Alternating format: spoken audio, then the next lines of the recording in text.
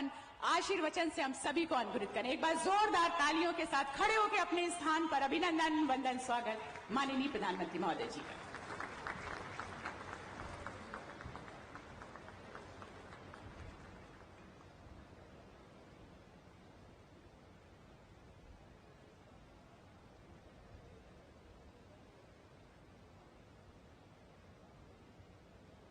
राज्यपाल उत्तर प्रदेश की राज्यपाल श्रीमती आनंदीबेन पटेल जी, मुख्यमंत्री श्रीमान योगी आदित्यनाथ जी, केंद्रीय मंत्रिमंडल के मेरे सहयोगी श्री ज्योतिरादित्य सिंधिया जी, किरण रिजिजू जी, जी किशन रेड्डी जी, जनरल वीके सिंह जी, श्री अर्जुन राम मेघवाल जी, श्री श्रीपद नायक जी, श्रीमती मीनाक्षी लेखी जी, यूपी सरकार के मंत्री श्री नंदगोपाल नंदी जी, संसद में मेरे साथी श्री विजय कुमार दुबे जी, विधायक श्री रजनीकांत मणि त्रिपाठी जी, विभिन्न देशों के राजदूत, राजनयिक, अन्य जनप्रतिनिधिगण, भाई और बहनों, भारत विश्व भर के बौद्ध समाज की श्रद्धा का, आस्था का, प्रेरणा का केंद्र है।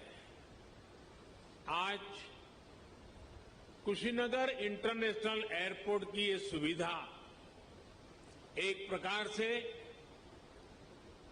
उनकी श्रद्धा को अर्पित पुष्पांजलि है। भगवान बुद्ध के ज्ञान से लेकर महापरिनिर्वाण तक ये संपूर्ण यात्रा का साक्षी ये क्षेत्र आज सीधे दुनिया से जुड़ गया है।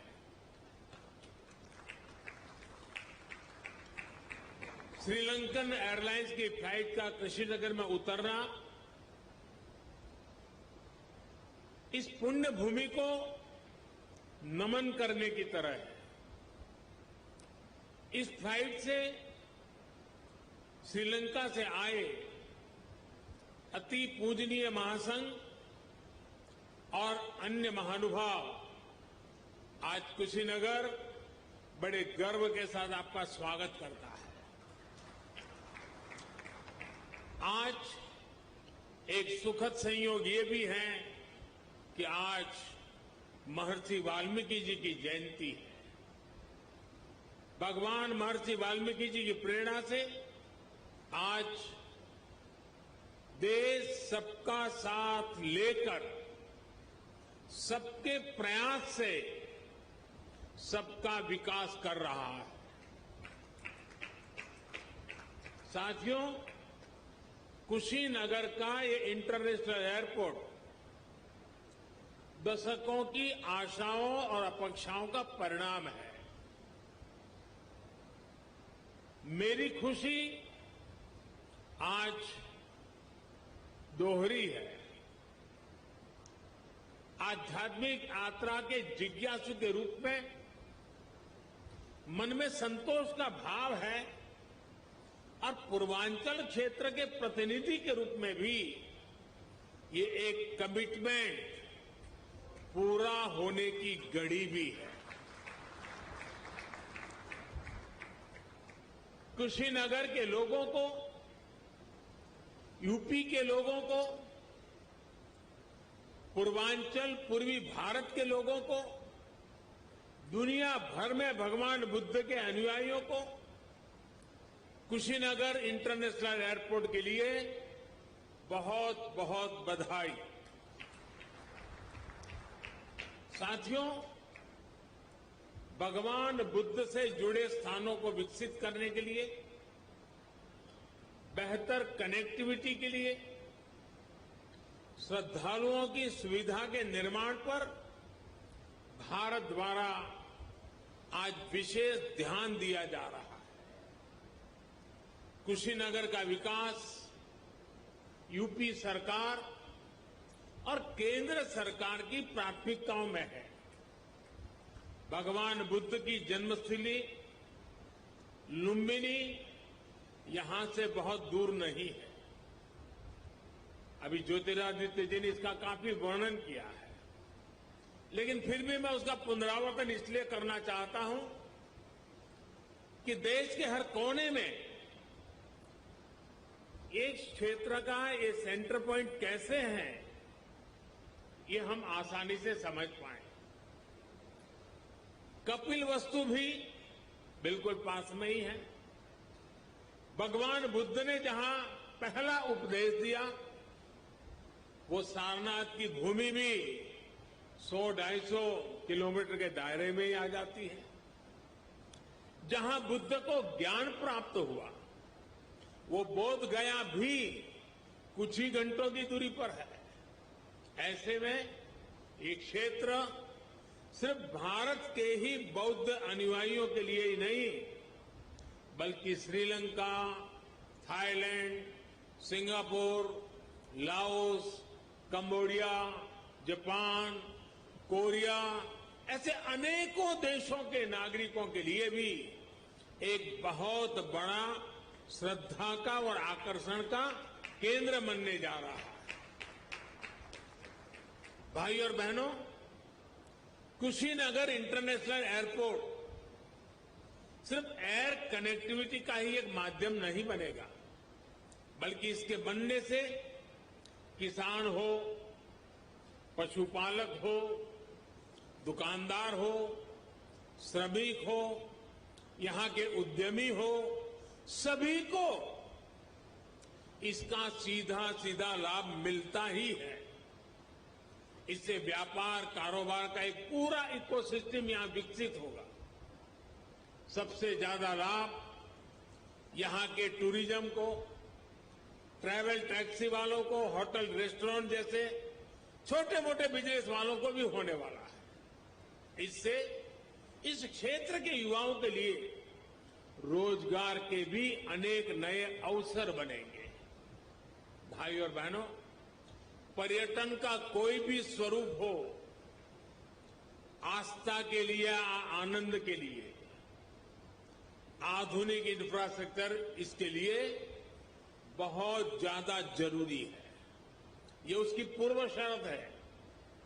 Infrastructure, rail, road, Airways, waterways, infrastructure का ये पूरा स्ट्रक्चर, उसके साथ साथ hotel, hospital, internet, mobile connectivity का इंफ्रास्ट्रक्चर, सफाई व्यवस्था का, सीवेज ट्रीटमेंट का प्लान, ये भी अपने आप में वही इंफ्रास्ट्रक्चर है।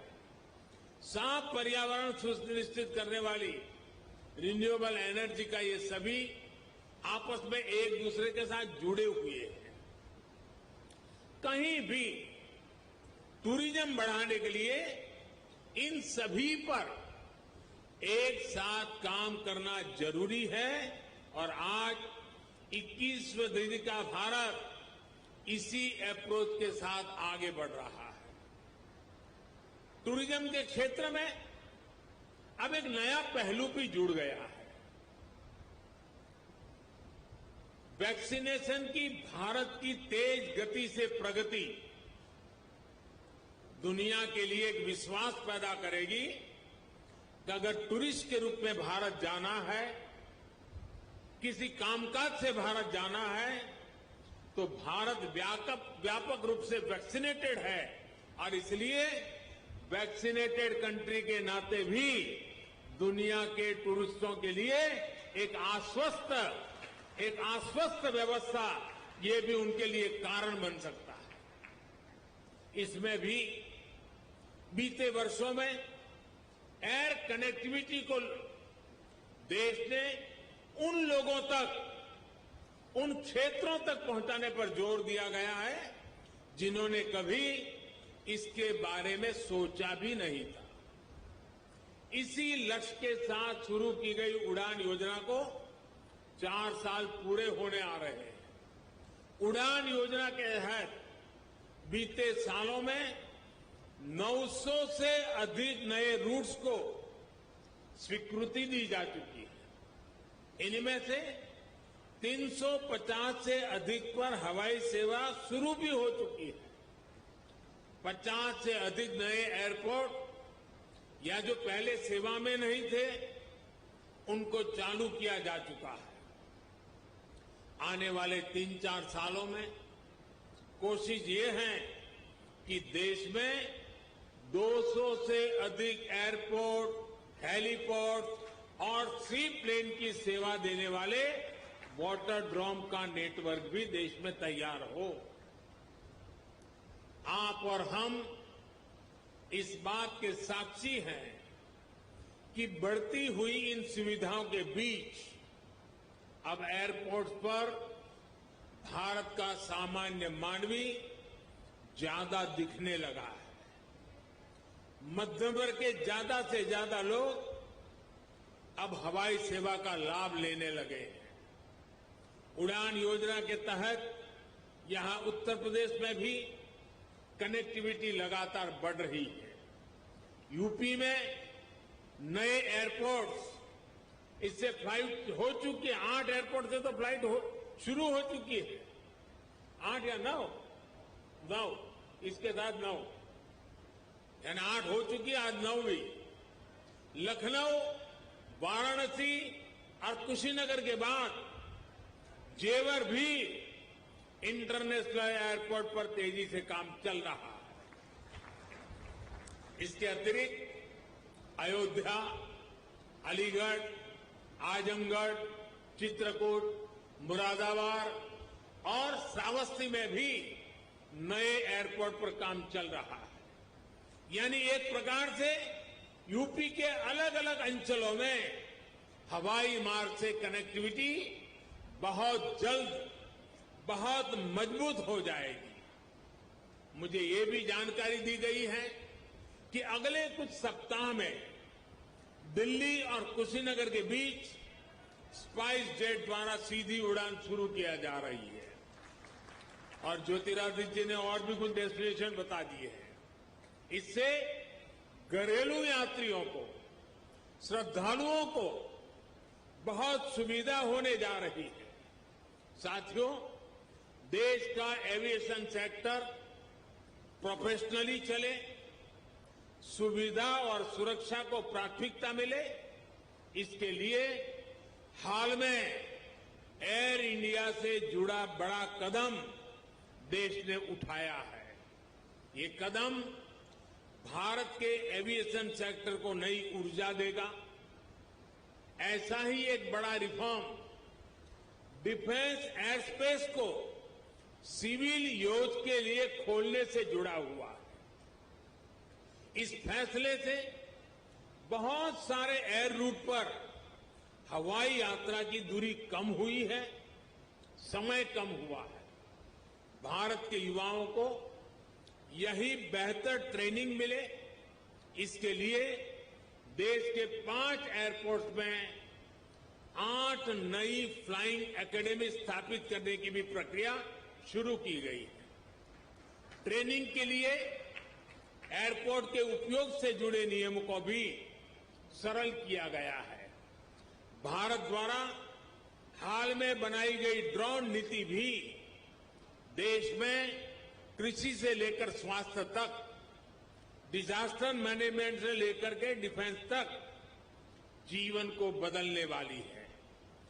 ड्रोन की मैन्युफैक्चरिंग से लेकर ड्रोन फ्लाइंग से जुड़ा ट्रेन मैन पावर तैयार करने के लिए अब भारत में पूरा एक इकोसिस्टम विकसित किया जा रहा है। ये सारी योजना, सारी नीतियां तेजी से आगे बढ़े, किसी तरह की कोई रुकावट ना आए, इसके लिए हाल ही में पीएम गति शक्ति नेशनल मास्टर प्लान भी लॉन्च किया गया है। इससे गवर्नेंस में तो सुधार आएगा ही, ये भी सुनिश्चित किया जाएगा कि सड़क हो, रेल हो, हवाई जहाज हो, ये एक दूसरे को सपोर्ट करें, एक दूसरे की क्षमता बढ़ाएं। भारत में हो रहे इन निरंतर रिफॉर्म्स का ही परिणाम है कि भारतीय सिविल एविएशन सेक्टर में 1000 नए विमान जुड़ने का अनुमान लगाया गया है। साथियों, आजादी के अमृत काल में भारत का एविएशन सेक्टर राष्ट्र की गति और राष्ट्र के प्रगति का प्रतीक बनेगा। उत्तर प्रदेश की ऊर्जा उसमें शामिल होगी। इसी कामना के साथ एक बार इंटरनेशनल एयरपोर्ट के लिए मैं आप सबको, दुनिया भर के बौद्ध के अनुयायी देशों के नागरिकों को बहुत बहुत बधाई देता हूं। यहां से मैं देश और दुनिया से आए बौद्ध भिक्षुओं से आशीर्वाद लेने जाऊंगा और फिर यूपी के इंफ्रास्ट्रक्चर के अनेक और प्रोजेक्ट का लोकार्पण का भी मुझे सौभाग्य मिलेगा। फिर एक बार आप सबका बहुत बहुत धन्यवाद।